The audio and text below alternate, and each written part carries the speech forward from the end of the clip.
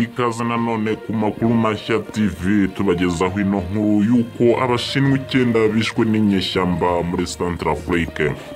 Kuri iki cyumweru mu mujyi wa Bambari uri muri Centrafrique, abashinwa 9 bishwe n'inyeshyamba mu gitero cyagabwe ku kirembo gicukurwamo amabuye y'agaciro. Meya wa Bambari Abel Machipata yatangaje ko hari abandi bashinwa 2 bakomeretse, gusa ambasade y'Ubushinwa muri icyo gihugu nta kiratangaza. Abo baturage b'Ubushinwa bagabweho igitero mu masaha y'igitondo kuri iki cyumweru tariki 19 Werurwe. Ntabwo inyeshyamba zagabye igitero zirabyigamba, ndetse inzego z'umutekano nta makuru arambuye zabitangajeho. Centrafrique imaze igihe mu mvururu z'umutekano muke guhera mu 2013 ubwo imitwe yitwaje intwaro yahirikaga ubutegetsi bwa François Bozize wari perezida. Amakuru mashya TV.